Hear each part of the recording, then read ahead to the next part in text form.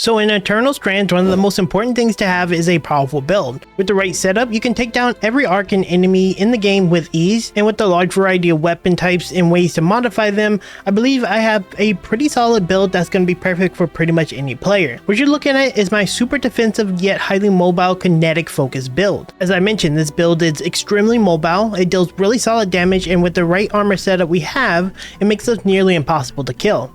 Let me show you how to create this build.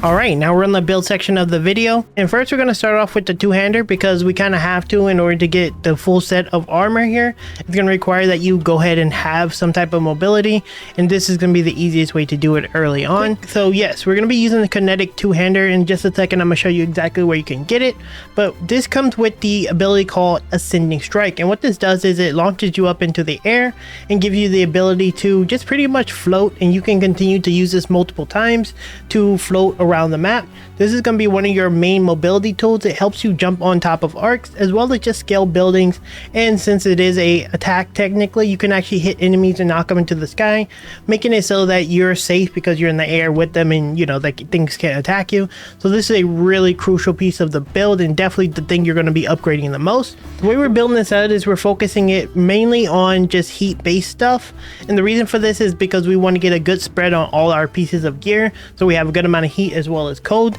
and these are the parts that's going to be easier to get because this is going to be your most upgraded weapon of them all. The Sovereign Intrium is dropped by the Striken Earth Arc. The Drake Scale is dropped by the Drake. The Iron Leather is dropped by the Glowworm, and then the Cinder Infused Linen is dropped by the Burning Head one.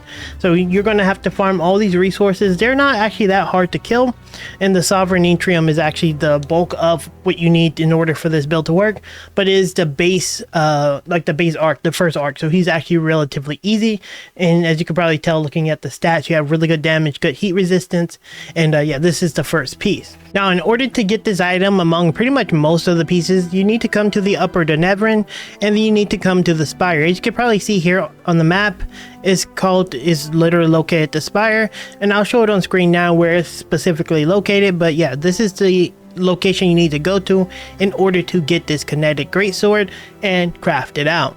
As you can probably tell with some of the footage playing in the background, this weapon gives you so much versatility and is such a great weapon to have, and it kind of pairs really well with a lot of the telekinesis stuff in here anyway, so it's really good.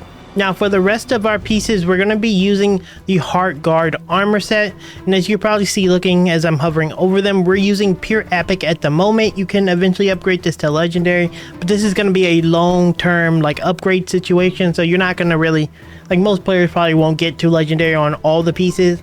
Now keep in mind we're going to have our armor set kind of balanced when it comes to the resistances. So for example, the Hearthguard helmet is going to have heavy focus on cold.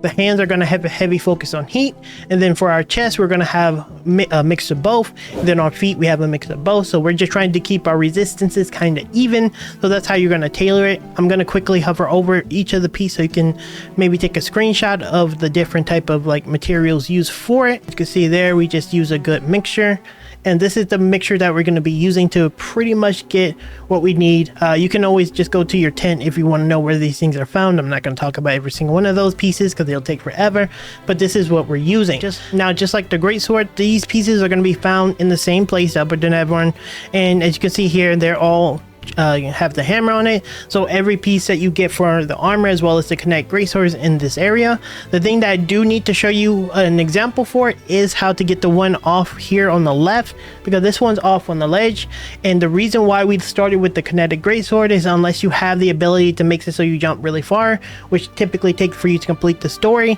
you're gonna have to use this greatsword essentially to get to it. And I'm gonna just show you in the background, you're probably seeing it now, how we did it. I went with the opportunistic set, and this is lighter than the like the set that you're using right now or you're going to be swapping to, and just use this as a way to make it easier for you to get across the chasm. And you can cast this mid-air when you're using it, and that's the beauty of this item. You can continue to cast it multiple times even when you're in the air in order to come over here and get the item. And yeah, that's just simply how you get the entire set, so it's really nice. Next we're going to be doing the kinetic bow. As usual, we're going to typically be using the Sovereign Intrium when it comes to like the type of legendary we want to go with, simply because it's easiest to get, it's easiest to farm, and generally speaking it's going to be very accessible. So as you can probably see here, we're using ironwood, ceramic, braided linen, and frostbane leather with sovereign yttrium, and we're getting some decent just getting some decent stuff from it. You know, it's pretty solid overall. And I'm gonna show you where to get it, but it does ensnaring shot, and what ensnaring shot does is it just creates this area of effect that does like a kind of a pull thing. This is just going to be an option for you to just kind of pin down and group enemies in a way to kind of help you out. Now, in order to get this item, you need to come to the bastion, and under the bastion, you're going to come over to the keep, and this is the item here specifically in the keep on the left side here. And all you need to do is just climb to the top of the keep, and as you can probably see on screen now, and then jump all the way down once you get inside, and it'll be not all the way down, but it'll be like in the panel on the way down basically. And then you pick this bow up, and it's very easy to get. Finally, for our sword and shield, we're going to be using the frost sword and shield. We're going to be using a very ice focus setup for this one as well. This one's going to give us a lot of cold resistance, and it has the basic or the magical ability called avalanche. And what this does is it basically does a line of frost, and anything caught in this line will take a ton of damage, as well as it'll be able to pin enemies and make it so it's easier for you to, like, you know, mess with them and kind of hold them down. And we really want to use this in combination with our spells, or at least our bread and butter spell that we're going to talk about in just a second. But on this, we have the Ice Claw Full Grain, the Sovereign Yttrium. Once again, this is super easy to get. The Elder Husk, you're going to eventually swap to this later. You're probably not going to be able to do this depending on how early you are in the game. And then you're going to use the Glasstail Fur. Again, this one's a fairly easy thing to get from the Glasstail guy. And then this is going to be pretty much the setup you're going to be using. Now, the Frost Sword and Shield, we've covered this previously. This is once again the Upper Denevron, and you're going to find this in the Scholar Walk area. And within the Scholar Walk area, you'll notice an area that has like ice blocking the entrance, and all you simply need to do here is pretty much pick it up and, you know, just blow up the wall.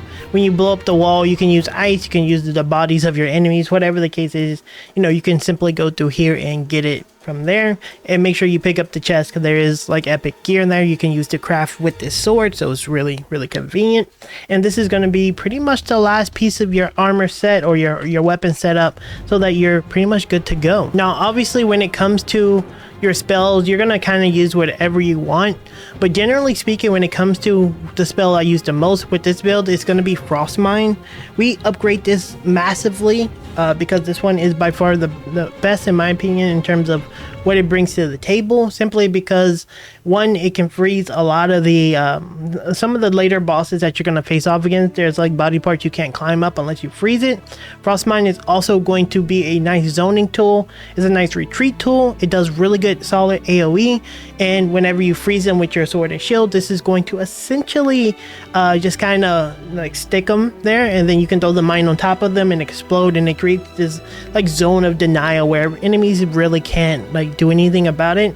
So I really love Frostmine. This is the only one that I would highly recommend using on a regular basis. Again, you can use whatever you like, but make sure you have Frostmine because this one's super important. In order to get the Frostmine, what you need to do is farm the Highland Ice Claw. This one is a little bit tricky, but I'll tell you the secret to beat him. In order to beat him and get his core or his strand, basically what you need to do is pull it out from his back whenever he's flying. Now, he's really annoying because he will like kind of brush you off if you don't do, you know, what you need to do to correctly like break him. So what you actually need to do is break both of his feet. If you break both of his feet, it makes him less likely to slam down. And then you need to specifically break one of his wings. Don't break two, break one, because he won't stay in the air long enough. So once you do all those different pieces, you break the wings, and then you break the 2 feet, you can just jump on his back whenever he starts to fly, and you can pull the strand out super easy. I'd highly recommend not really using elemental damage to do this. Just use physical damage. You're going to be using your greatsword anyway, so you can farm this really easy. But yeah, that's how you get this the mine relatively easy, and this is going to be one you definitely want to upgrade as soon as possible because it's a very powerful spell. Now, when you have this full setup, you're going to have a pretty sizable amount of damage and everything, but this is where you should be trying to aim to. Basically, what you're going to have is 2,000 health, 202 weapon power. It depends on the weapon, of course. Obviously, some weapons do more or less, but the two-hander is going to be your primary damage dealing weapon. You're going to have 198 armor. This makes you really hard to kill. And and then you'll have 133 heat resist as well as 108 cold resist. Again, you're going to eventually build things into legendary. You're going to kind of keep the flow of having a good spread of both heat and cold resistance, and then your weight is going to eventually go down to probably about 100 when you fully upgrade everything. You make sure that you take everything that reduces weight that's legendary. That's why you're going to have a good mixture of not only stats but weight, and then, you know, together with all this, you're going to be pretty damn unstoppable and hard to kill. Now, before we end this video out, guys, I'm going to just show you some showcases of using the build in action, facing off against some of the bosses. Not too many, just like 2 or 3. Don't want to make the video too long. And yeah, that's gonna be it for this one. If you guys do enjoy the video, leave me a like and subscribe to the channel. And yeah, just like that, I'll see you in the next Eternal Strands video very soon.